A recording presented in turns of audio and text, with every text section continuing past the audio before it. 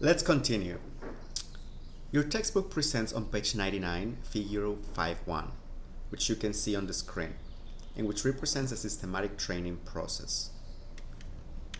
In other words, this is also what we know as the ADDIE model.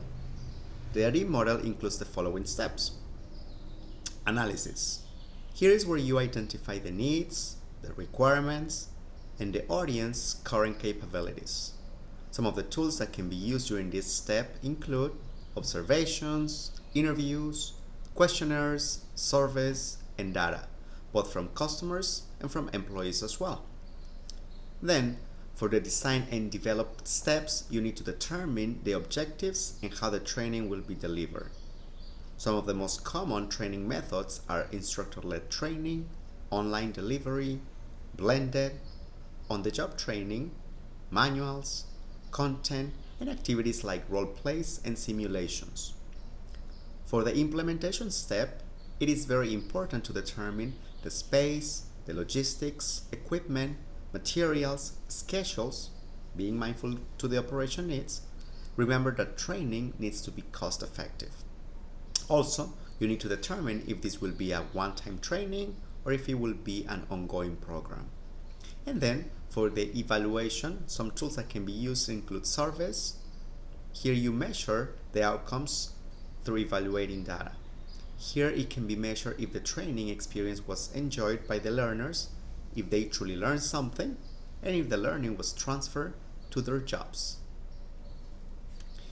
You may be learning much more about each of these steps during your training and development course, which is part of the Human Resources Management Certificate. But let's review some examples or best practices within some of these steps. Have you ever heard of the 70-20-10 rule in the world of learning and development? If you haven't, this rule states that only 10% of what we learn is through formal and informal education, such as workshops, books, online courses, etc. This course is an example of formal training. So yes, most likely at the end of this course you will remember only 10% of what has been discussed. Informal training occurs through interactions and feedback among employees. 20% of what we learn is through exposure, for example, shadowing a colleague or watching someone completing a task. And 70% of what we learn is through experience. The more hands-on, the greater the impact of learning. A great way to combine the last two is what we call on-the-job training and cross-training. There are great benefits to on-the-job training, but some of the issues that may present include poorly qualified or indifferent trainers, disruption of regular work, and bad or incorrect habits passed on. To avoid those issues, at Marriott we have a program that we call Power Facilitation on-the-Job Training.